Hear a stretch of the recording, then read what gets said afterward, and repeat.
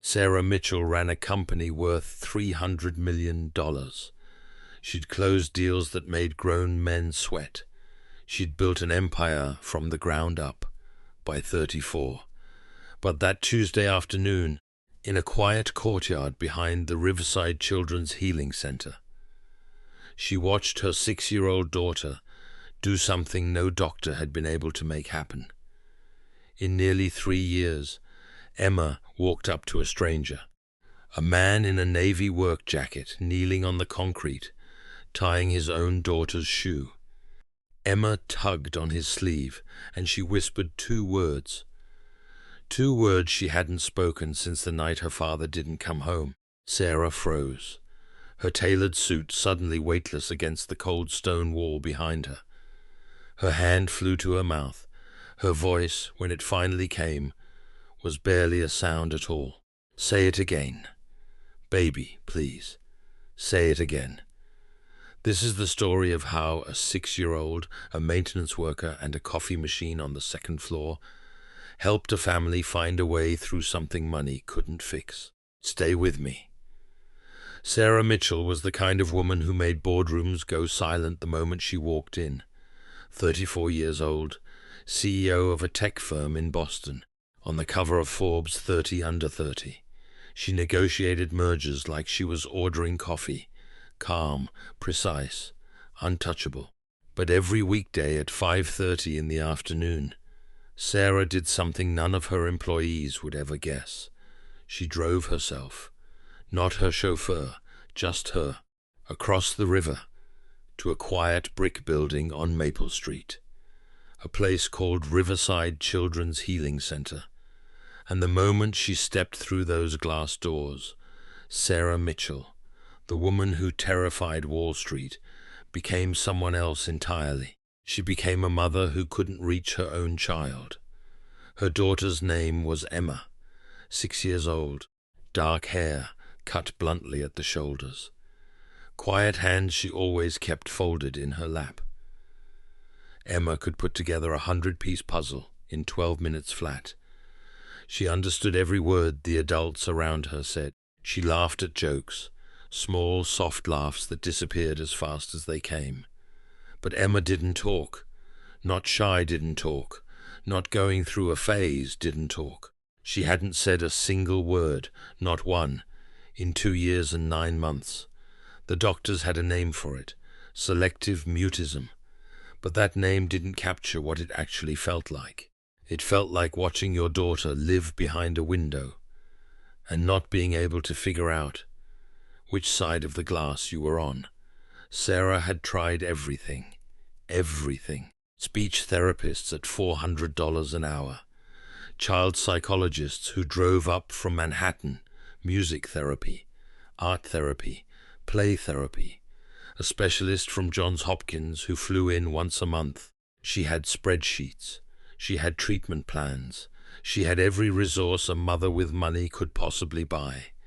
And none of it, not one piece of it, had made Emma speak. Sarah's private fear, the one she'd never said out loud, was simple.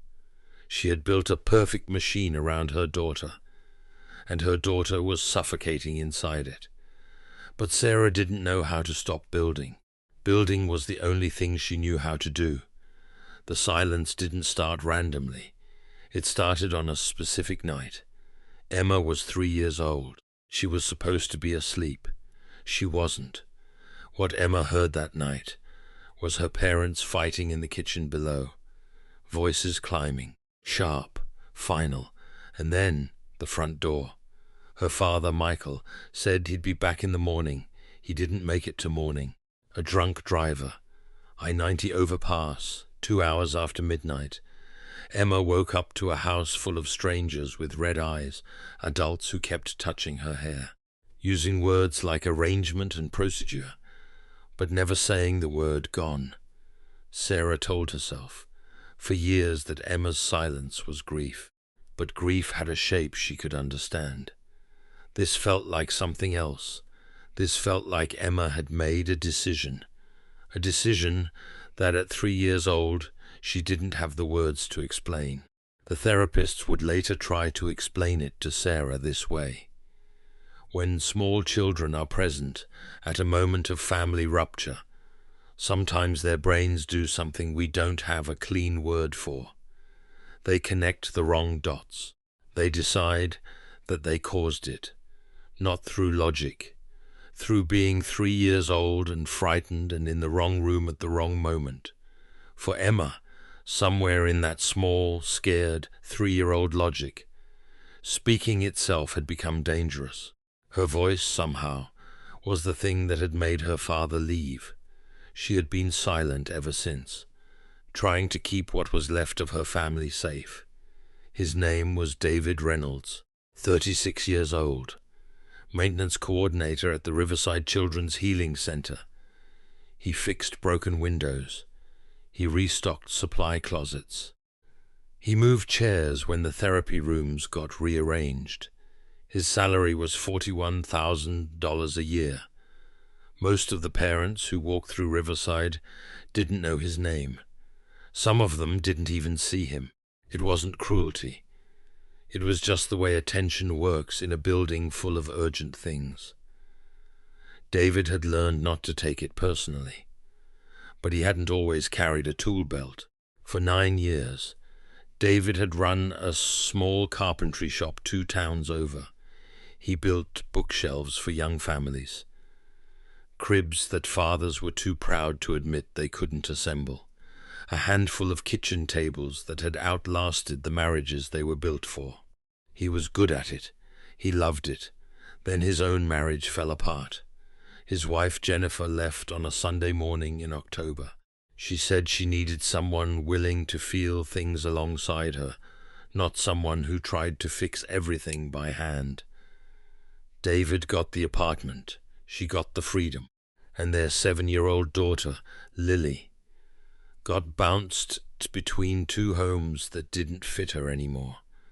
The shop didn't survive the divorce. He couldn't keep the lease and pay child support and be the parent who picked Lily up at 3. So David did what people do when the math stops working. He took the steady job that paid the bills, and he tried to be home when it mattered. Most afternoons, David picked Lily up from school and brought her back to the center. She'd sit at the small table near the indoor garden, do her homework, drink her juice box. Lily was the kind of 7-year-old who carried a notebook of questions she wanted answered, organized by subject, color-coded. She was, as everyone at Riverside agreed, impossible not to like. When the weather was good, Lily played in the courtyard with the other kids. She'd figured out something most adults never do. Some kids needed loud games. Some kids needed to be near the activity, without being pulled into it. Lily had a gift for telling which was which, and one of the kids she watched, quietly, gently, without ever pushing, was a little girl who never spoke. A little girl named Emma. It happened on a Tuesday, 3:45 in the afternoon, late October in Boston. The light in the courtyard had that golden leaning quality that only happens in fall in New England. David was kneeling on the concrete walkway by the garden beds, tying Lily's left shoe. The lace had come undone for the 3rd time that week. He had a routine for it. He'd tie the shoe and tell her a small story while he did. That afternoon, he was telling her about a squirrel he'd seen in the parking lot, trying to drag an entire bagel across the asphalt. Lily was objecting strongly. Squirrels did not eat bagels. That was simply not a thing they did. David was insisting that this particular squirrel hadn't gotten the memo. Lily was laughing, and 6 feet away, closer than she'd ever stood before, Emma was watching. Sarah was on the other side of the courtyard, talking to a therapist, glancing toward Emma every few seconds, like she always did. David finished the knot. Lily jumped up and ran toward the sandbox. David started to stand, and Emma stepped forward. She reached out. She took hold of a fold of his jacket. Not a grip, not a pull, just a touch that meant stay. She looked up at him, and in a voice so small it was almost only breath, Emma said 2 words again, "Daddy." David went completely still. His first thought was that he'd misheard. His second thought, half a second later, was that he hadn't. He didn't move, he didn't reach for her, he didn't say a word, because something in the stillness of this child, something he couldn't have named in that moment, told him that any sudden motion would break it. He just stayed exactly where he was, crouched at her level, and he gave Emma the same calm attention he gave Lily. When she was telling him about a bug she'd found, he didn't perform. He didn't react. He just saw her. Sarah hadn't heard her cross the courtyard. She didn't remember running, but suddenly she was 3 feet behind her daughter, on her knees on the cold concrete, her hand pressed against her mouth so hard her teeth hurt. Her voice, when it came out, was wrecked. "Say it again. Baby, please, say it again." Emma turned, looked at her mother, and something flickered across her face. Not fear, something more like being caught. Caught doing something she wasn't sure was allowed. Emma pressed her lips together. She didn't speak again. She stepped back. Not away, just back. The whole moment lasted maybe 40 seconds. Sarah stayed on her knees on the concrete for a long time after Emma had walked back inside. David didn't say anything. There was nothing to say. But something had changed, for all 4 of them, and none of them quite understood what it was yet. That night, Sarah didn't open her laptop. She sat at her kitchen counter for 2 hours, a glass of wine she didn't drink, the dishwasher humming. And she thought about something her psychologist, Dr. Karen Bennett, had said weeks earlier. Children sometimes find their way back to us through people we don't get to choose. She also picked up the phone twice to call her mother in Worcester, and put it down again, twice. She hadn't told her mother that Emma had spoken. She wasn't sure why. Maybe because saying it out loud would make it more real. Maybe because she was afraid it had been the only time. The next morning, Sarah was at Riverside 20 minutes before opening.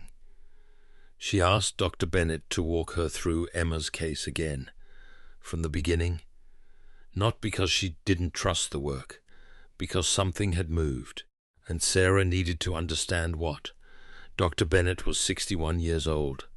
Silver hair pulled back in the same low knot every day, soft voice, steady hands. She didn't sit across the desk from Sarah. She pulled her chair around, to the same side. That little gesture, Sarah noticed it every single time. Dr. Bennett explained something Sarah had never quite let herself hear. Delective mutism isn't always rooted in social anxiety, Sarah. For some children like Emma, it's rooted in something deeper. She talked about the unconscious connections children make, the way a 3-year-old can decide her own voice is the thing that broke her family, without ever knowing she's decided it. Sarah felt the room shift. "You mean she thinks it's her fault?" Dr. Bennett didn't answer right away. She just said, "Children don't reach these conclusions through logic, Sarah. They reach them by being 3 years old, by being scared, by being in the wrong place at the wrong moment." Sarah looked at her hands. She'd negotiated billion-dollar contracts. She'd fired people twice her age. She'd survived a husband's death. But she had never felt as small as she felt sitting in that office. Then Dr. Bennett said something else, something that would stay with Sarah for the rest of her life. "That man your daughter spoke to, David, he didn't approach Emma like a case to be solved. He approached her like a child. Most adults around children with mutism, they're calibrated, they're careful, they're trying. Children can feel it. They brace against it. David wasn't trying to do anything. He was just being a father, on the ground, present, without an agenda. That's what Emma needed to see. Not therapy, just an ordinary man doing an ordinary thing. Sarah was quiet for a long time. Then she asked the question that had been forming all night. Could I ask him if Emma could spend more time around him and his daughter? Dr. Bennett didn't say no, but she said something Sarah didn't expect. Ask him as a person, Sarah, not as a CEO. He's allowed to say no. Sarah found David the next afternoon by the supply room. He was carrying a box of paper towels. She wasn't dressed for the conversation. She wasn't prepared for the conversation. She just blurted it out. If Emma spent more unstructured time around David and Lily, informally, no pressure, would David be okay with it? David put the box down. He looked at her for a long moment. And then, gently, but without hesitation, he said something that stopped her cold. I don't think that's the right way to approach this, Mrs. Mitchell. Sarah blinked. David kept going. Children aren't replicable. You can't recreate the conditions of a moment and expect the same result. If Emma spoke yesterday because something felt safe, the fastest way to destroy that safety is to engineer it. He wasn't unkind. He wasn't lecturing. He was just telling her the truth. There's a difference between helping and managing, Mrs. Mitchell. And I think you already know that. Sarah Mitchell hadn't been told no, flatly, plainly, by someone who wasn't her professional equal in years, and to her own surprise, it didn't make her angry. It made her pay attention.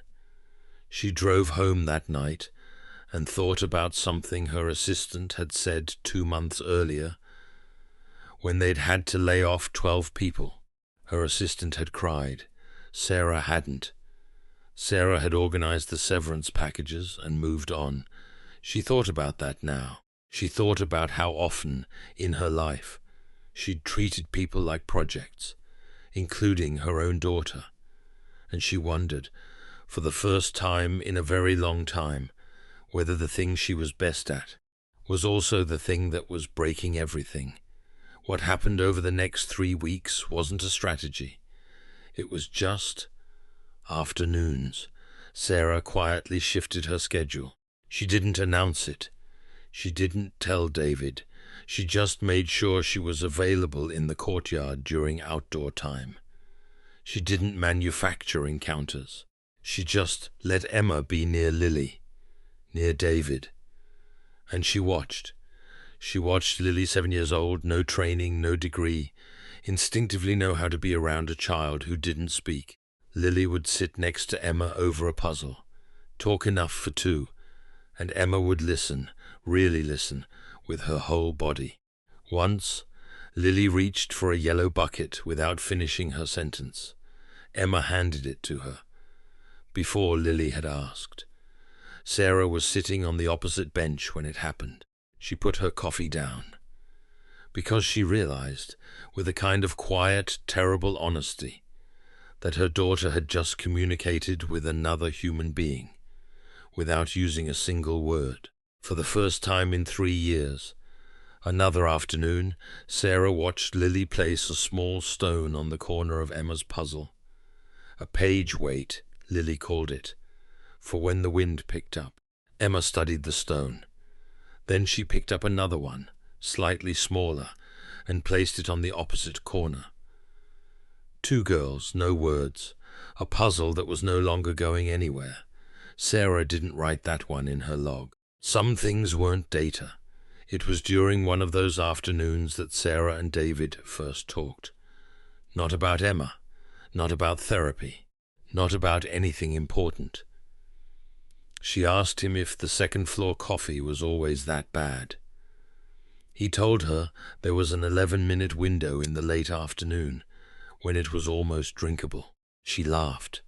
It wasn't a big laugh, but it was the first laugh, actually the first real laugh, that Sarah had let out in a public space in over a year. She didn't know that at the time. David didn't either, but something in both of them noticed. The next week, she asked him how long he'd worked at the center. He told her, 3 years that February. She asked if maintenance was something he'd always done. David hesitated, not because the answer was hard, because the answer didn't usually come up.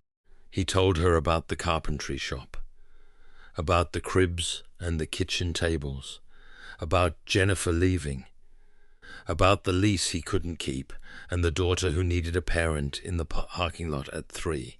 He told it without drama, without asking for sympathy. Sarah looked at his hands while he talked, the calluses she hadn't really noticed before, the small scar across the back of his left thumb that someone who'd built things for a living would have.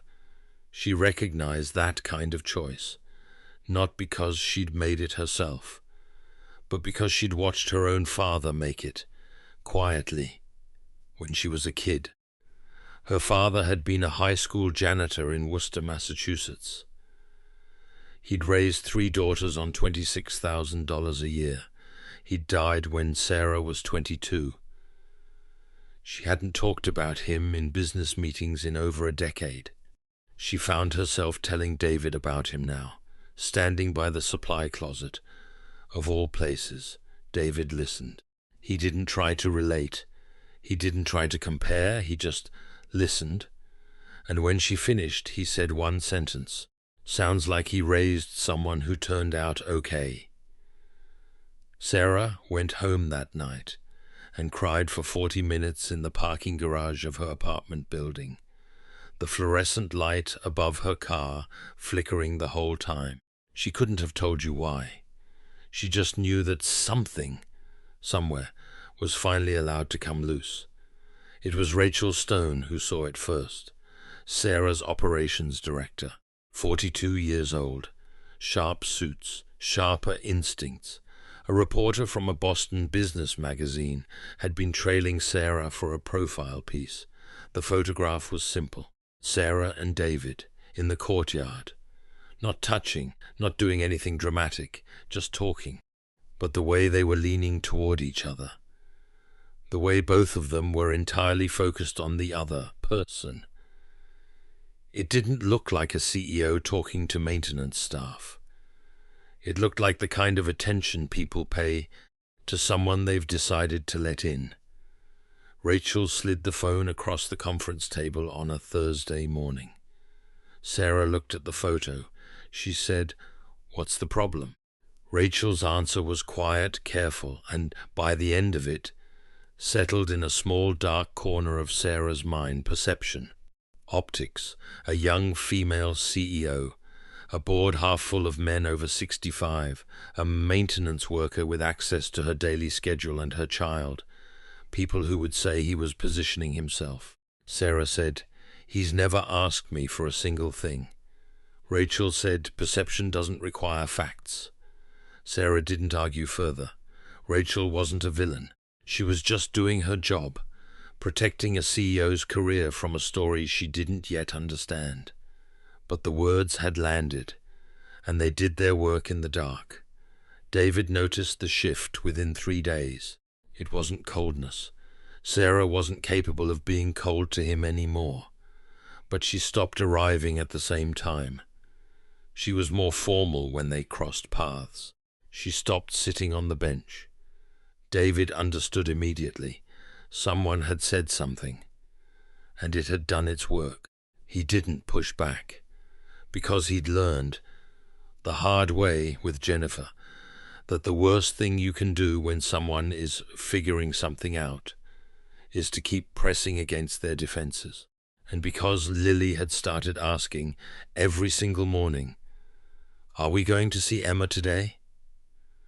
David didn't want his daughter to be attached to something that might be taken away. So he pulled back too, quietly, without telling anyone. He kept tying Lily's shoes in the same spot. He just stopped letting himself look toward the bench. That night, David came home and sat on the couch for 20 minutes before he stood up to start dinner. His back hurt where it had been hurting since last September. He hadn't been to a doctor about it. Doctors were for people whose insurance covered specialists. His covered the basics. Lily came in from the living room and asked if they could have macaroni. He said yes. He said it the way parents say yes to small things when they don't have anything bigger to give. Sitting at the kitchen table later, watching her eat, he thought about something he didn't usually let himself think about. He wasn't as wise as Mrs. Mitchell seemed to think he was. He was just tired in a way that was different from her tired. Sometimes being tired makes a person quieter, and being quieter, sometimes, looks a lot like wisdom. He knew the difference. He hoped she'd never have to find out. That night he fell asleep with the dish towel still in his hand. Lily covered him with the blanket from the back of the couch. She'd done it before. She knew where the blanket was. But Emma noticed. Of course she noticed. She had been built, by silence, into a child who could read a room better than most adults. She could feel the temperature drop without anyone telling her. She went stiller than her usual stillness. She stopped handing Lily the yellow bucket. She stopped sitting near the bench. She started watching the door, like she was waiting for someone she already knew wasn't coming. Sarah saw it. She told herself she was protecting David. She told herself she was protecting the company. Then one Wednesday evening, at her kitchen counter, she put it plainly to herself for the first time. She wasn't protecting anyone. She was managing her own fear, and the only person who couldn't help feeling the cost of that was the only person Sarah had ever wanted to protect, her daughter. The event was Sarah's idea, a community day, press coverage, activity stations, short remarks from the board. Riverside was one of 3 non-profits being highlighted. It was meant to be good. It was meant to demonstrate the company's commitment. In retrospect, it was almost perfectly designed for the worst possible outcome. Emma had been brought because her therapist had encouraged, supported social exposure. David and Lily arrived at 11:30. The press line shifted. The camera flashes multiplied. The ambient noise climbed past the threshold most adults don't notice. But for Emma, who had spent 3 years building walls against unpredictability, it wasn't a threshold. It was a wall. Emma started shaking, not visibly, internally. Sarah saw it from across the courtyard, and her body went into crisis management mode before her brain could stop it. She signaled the event coordinator. She signaled medical staff. She started clearing the space. All that efficiency, all that competence was exactly the wrong thing, because what Emma experienced wasn't rescue. It was the familiar acceleration of an adult world organizing itself around her, while she stood there unable to participate, unable to speak, unable to do anything but feel the machinery close in. David saw it from the far side of the courtyard. He didn't run. He walked, quickly, with direction. He reached Lily first. He said her name once. She came to him immediately, because she trusted him, and because she could see what he was moving toward. David sat down on the ground, right there, on the concrete, in front of cameras and donors and corporate banners. He sat Lily in front of him, and he created, without any announcement, without any drama, a small human perimeter between Emma and the noise. He said, to no one in particular, and therefore to Emma, Lily found a caterpillar this morning. We've been arguing about its name for 3 hours. Lily, who had in fact found a caterpillar, said, I think Gerald. David said in the same easy tone, Gerald is a very serious name for a caterpillar. Emma was still shaking, but she looked at him, and then she reached out. She gripped the front of his jacket with both hands, and the words that came out of her, so quietly that the people 3 feet away had to lean in to catch them, were these: don't make him go. It wasn't a shout. It wasn't a scene. It was barely louder than the wind moving through the courtyard. but several people heard it. A journalist 3 feet away heard it. Rachel heard it from across the courtyard and went rigid. Sarah heard it. She was 10 feet away, mid-sentence, talking to the event coordinator. The sentence simply stopped. She didn't finish it. She stood there in the middle of her own corporate community day, and she heard her 6-year-old daughter beg a stranger not to be taken away. And she understood completely, all at once, that Emma wasn't talking about the afternoon. She was talking about every morning, after every door that had ever closed in her life. Rachel started moving toward David, controlled, professional. Removing a liability, Emma made a sound, not a word, but it was the opposite of calm. Sarah said Rachel's name, just once, but the way she said it stopped the entire courtyard. The event survived. The press didn't get a usable story, because the story they'd just witnessed was too complicated for a caption. But surviving the event wasn't the thing that mattered. What mattered was what Sarah did next. Sarah called David the next morning, from her car, parked on a side street, before anyone had arrived at the office. She said she owed him an apology, and she wanted to give it in person. They met half an hour before the center opened, in the family lounge, slightly yellow lighting. Basket of board games no one had ever sorted. Sarah took off her jacket. It was the first time, she realized later, that she had met with someone professionally, without at least one layer of armor on. She told him she was sorry for letting other people's opinions affect how she'd treated him, for the distance of the past 2 weeks, which she told herself was protecting him, but had really been protecting her. She told him she was sorry that Emma had felt it. David listened. He didn't accept the apology quickly, which she respected. He said, "You don't have to apologize for being afraid, Sarah. You have to be careful about who you let inside the fear." Then he said one more thing, something she would carry for the rest of her life. Emma doesn't need a perfect mother. She needs a mother who's safe enough to be scared with her. The sentence hit Sarah somewhere she didn't know was exposed. She turned away from him. She pressed the back of her hand against her mouth, and for the first time in 3 years, she cried the way the thing actually deserved. Not controlled, not scheduled, not managed, just cried. David didn't try to stop her. He didn't say, "It's okay." He just stayed where he was, and handed her a paper towel from the dispenser on the wall, which wasn't romantic, but it was exactly right. That evening, Sarah did something she hadn't done in 3 years. She didn't open her laptop. She didn't return any calls. She didn't read Emma a chapter of an educational book. She just sat on Emma's bed, light on the lowest setting, a picture book open between them that neither of them was reading. And Sarah said the thing she had never let herself say out loud. "Mummy was scared that night, baby." The night Daddy left. Emma went very still. Sarah kept going.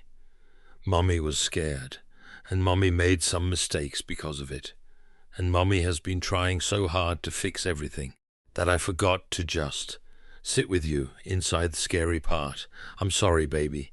I'm so sorry I let you be afraid alone." The silence held for 1 second, 3.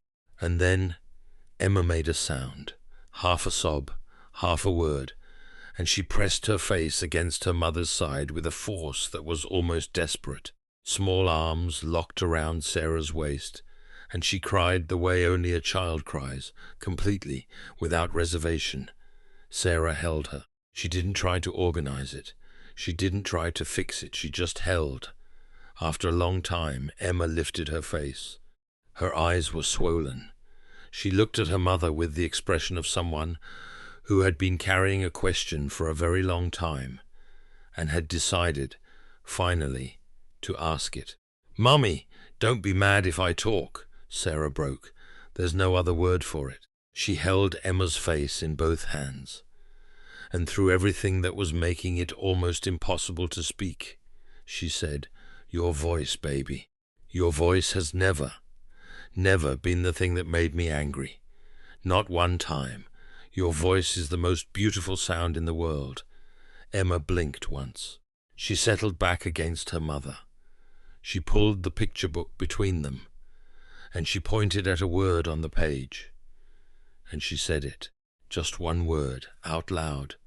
For the first time in 3 years and 2 months, the word was moon. Sarah didn't correct the way Emma said it. She didn't praise it.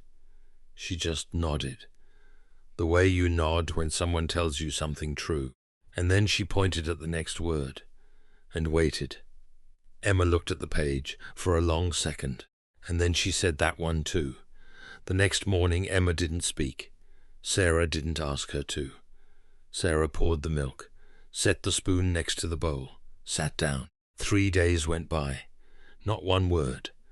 Sarah felt the old panic rise the way it always rose. Fast, bright, professional. The voice in her head started building plans. Call Dr. Bennett. Schedule extra sessions. Do something. Fix something. But this time, for the first time, Sarah noticed the voice instead of obeying it.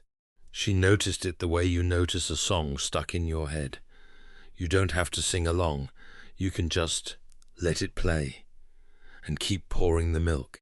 On the morning of the 4th day, Emma pointed at a bird outside the window and said, "Bird," that was all. Sarah nodded. She didn't make a big deal of it. She didn't write it in a log.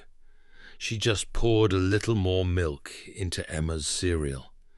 That was the moment, she would say later, that she finally understood what Dr. Bennett had been trying to tell her for months. Recovery isn't a line going up. It's a conversation where sometimes a child needs to stop talking, just to make sure stopping is still allowed. Emma kept stopping. Emma kept starting. The pattern was uneven. It would stay uneven for a long time. But the door, the one that had been closed for almost 3 years, was open now, and nobody was rushing to push through it. Sometimes love sounds like silence. Sometimes it sounds like the word bird. Sometimes, if you're very patient, it sounds like a 6-year-old asking for more milk.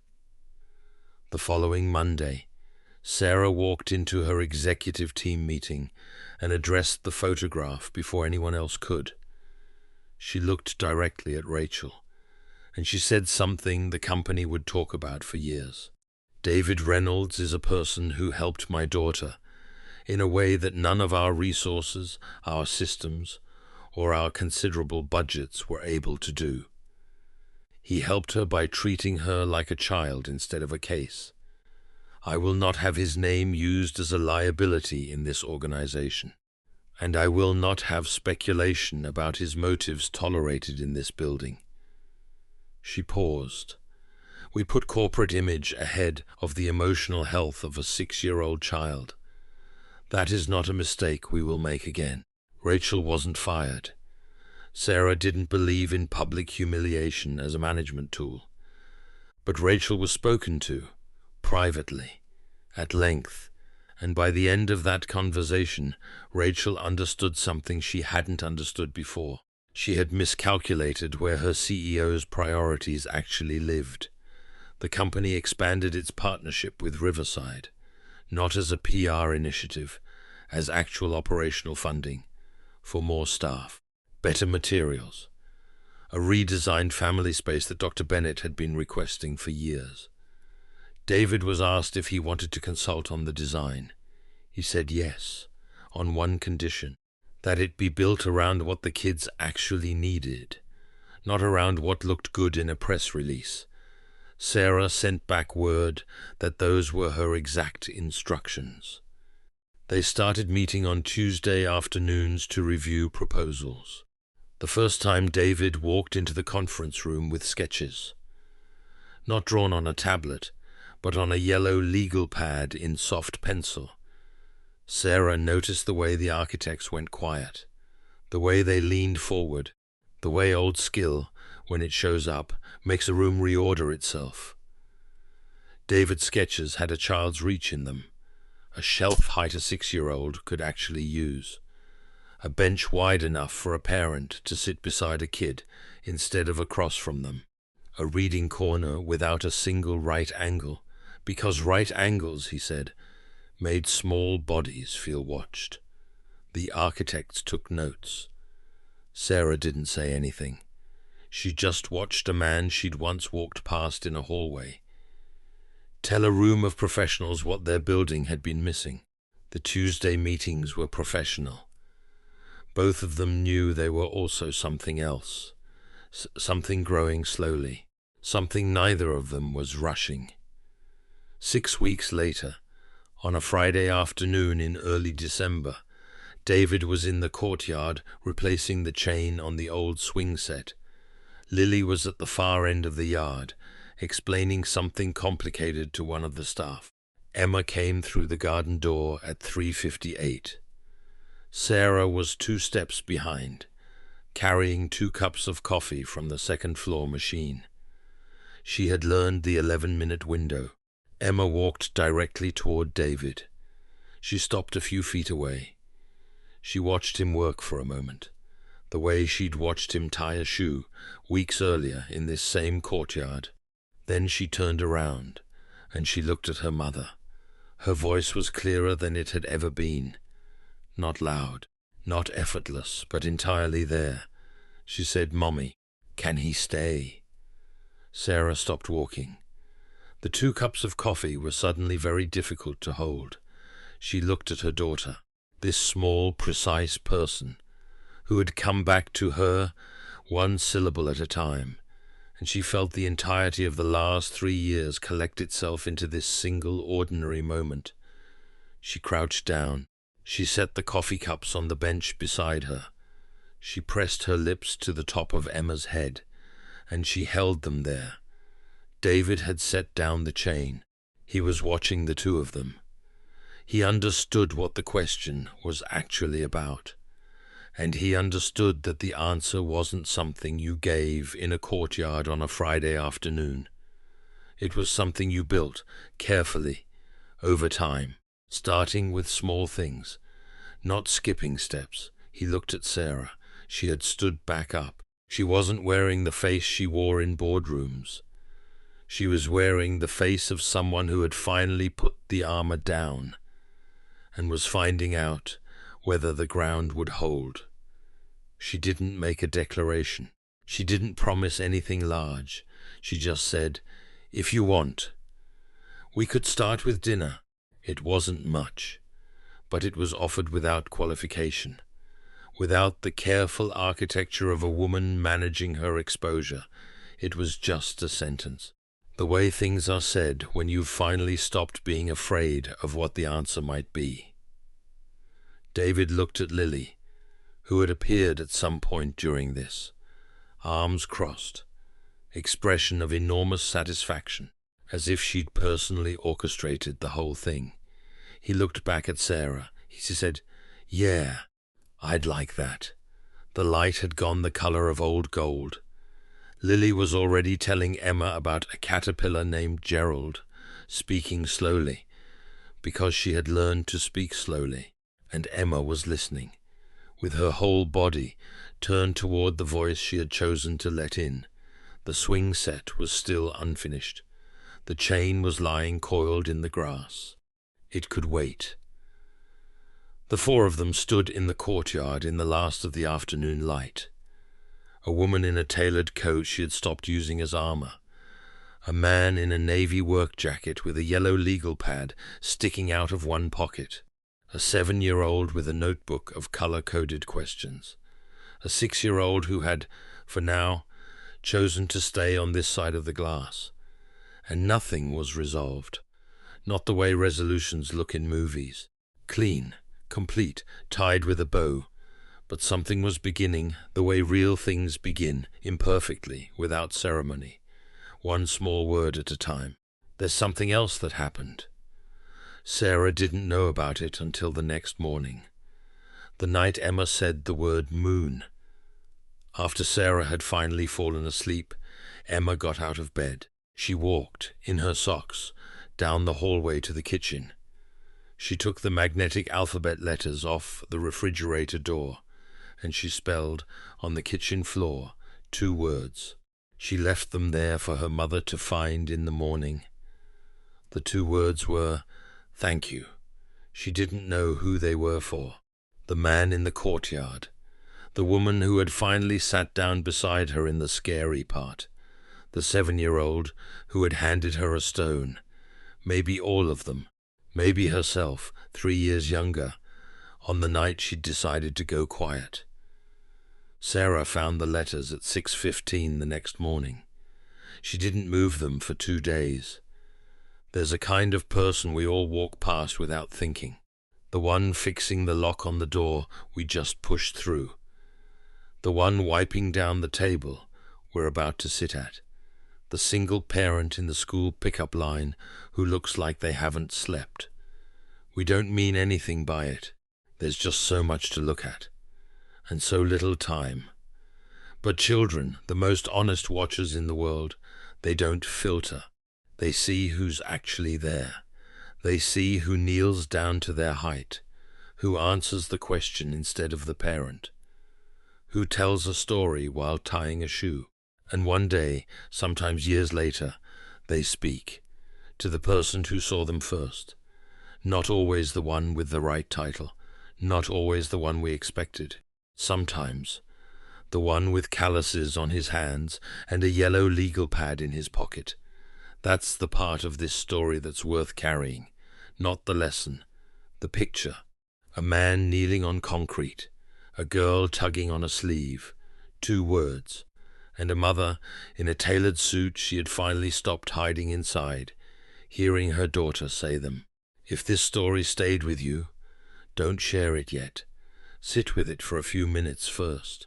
Think about someone in your own life you've walked past without really seeing. Maybe it's a coworker, maybe it's a parent, maybe it's the version of yourself at 7 that nobody bent down to look at properly. Once you've thought of them, you'll know what to do next. That's the part of the story this video can't tell for you. Take care of yourself, and take care of the people nobody else is looking at. That's where the real story always starts.